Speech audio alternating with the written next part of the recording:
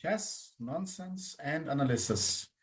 Yes, dear viewer. So, yeah, this is our coverage of round nine of the African individuals. So, um, yeah, it's done. And so, in the women's ladies section, the winner was Wafa Shrook. She managed to beat Jessie February in the last round.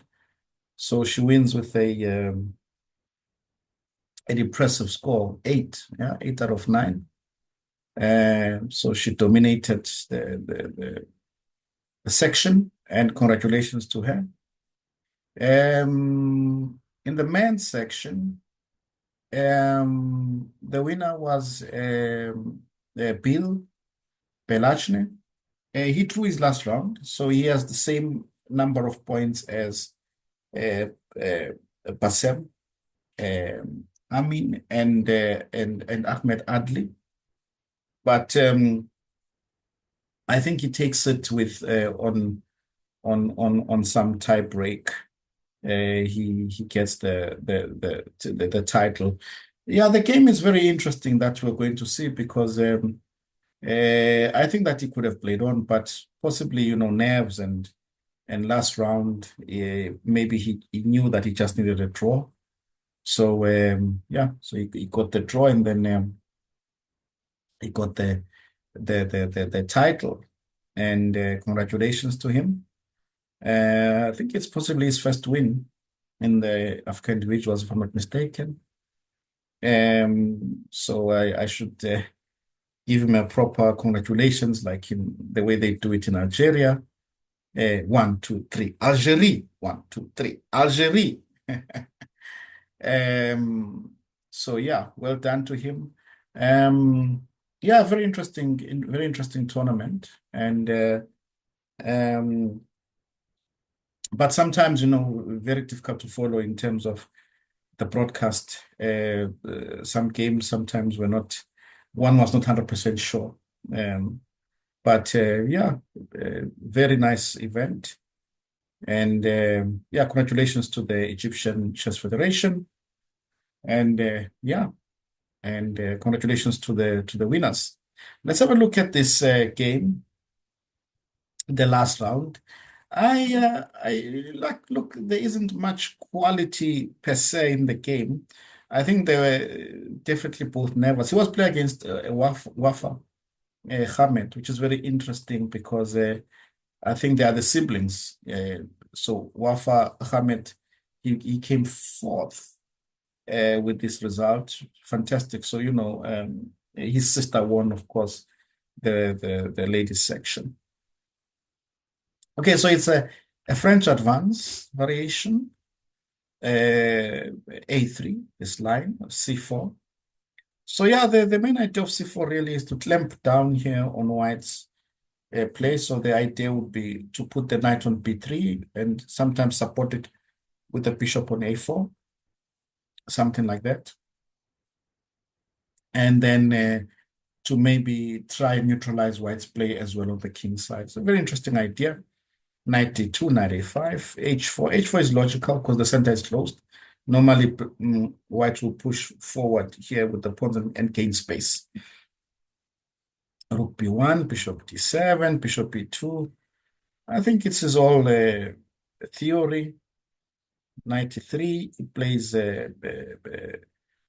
king A8, just, getting out of this diagonal. Castles, knight C8. Knight C8 is a normal move in such structures. H5, he played bishop B7, so sometimes you can play queen C7 here. Also, with the idea of playing knight B6, then bishop A4, to try and do something on the queen side.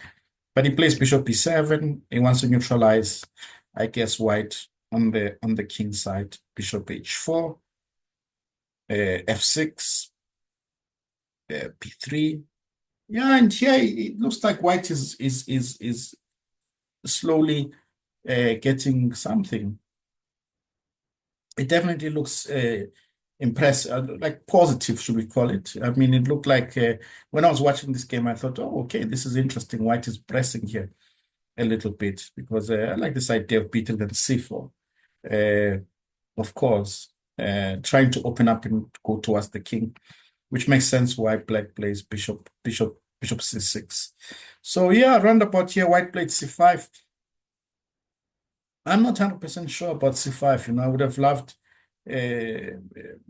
maybe to white keep the tension here, um, to try and keep the tension, maybe. Okay, you cannot play knight d2 yet, but if I could play knight here and take on b3, then I'm doing well because I open up the lines, right? But it's not easy to say what to play exactly. He plays c5 and yeah, g3 is a strange move, yeah, somehow. But okay, uh, the game was pieces were traded. Bishop knight takes c7, then knight g8 is a very nice move because the e4 square is weak, right? And the g3 pawn, so black wants to play knight f6 and knight e4. Roundabout here, really, I thought that Bellahcene was going to win this game. Queen e1, knight f6, I think is better here. He plays rook g8, knight g2. Yeah, I thought actually there was something wrong with the broadcast because rook g7 was played and here rook f3. I don't know somehow, but it showed on all broadcasting sides because I mean, black can just take on h5 and then exchange the bishops, and black is clearly better. But somehow, I suspect something went wrong with the annotation before that. That's why I'm not 100% sure if the game actually did go like 100% like this. Not sure.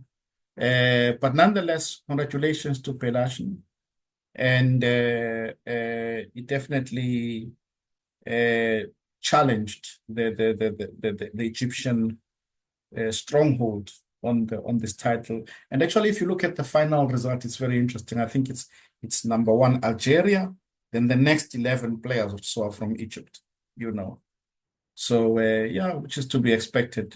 They're playing at home, and yeah, but.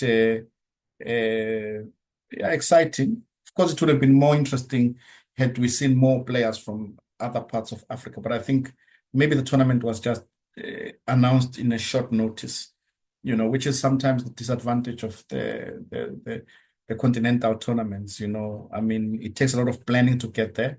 But these days, they don't give the players enough time. I think, for an event like this, if it was scheduled at least 6 months before, someone knows that 6 months time the tournament is going to be there at these dates and it's set, and then let everyone get a chance to get there because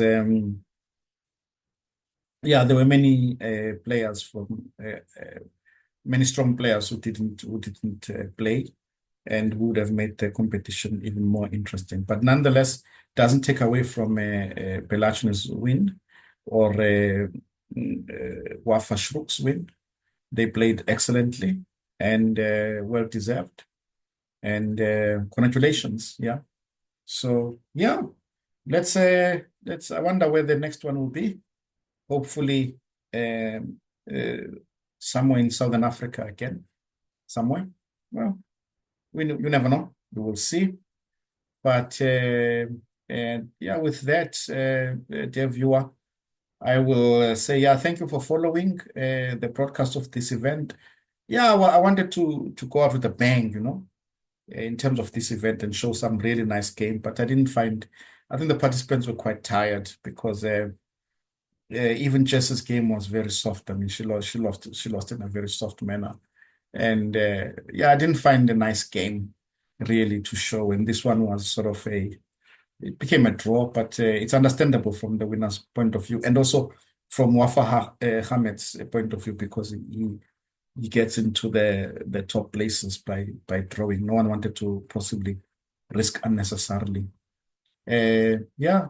So yeah, with that, dear viewer, I will then bid you farewell and checkmate.